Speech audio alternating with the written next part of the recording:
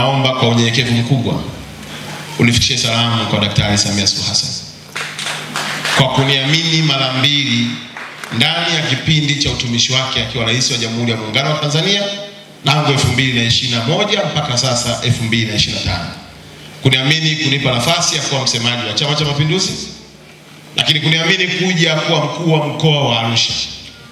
Nina shukrani zangu nyingi za dhati sana kwake kwa nafasi hii ambayo amenipatia. Nashukuru kwa sababu aliniamini katikati ya watu wengi ambao walikuwa na minong'ono mingi na wenye nguvu nyingi ya kutaka kukandamiza, kwa sababu nami nimepita kwenye mapambano makubwa. Kupigania haki ya watoto wasiumizwe na madawa ya kulevya sio jambo dogo. Kulinda watoto wasiingie kwenye ushoga na usagaji sio jambo dogo.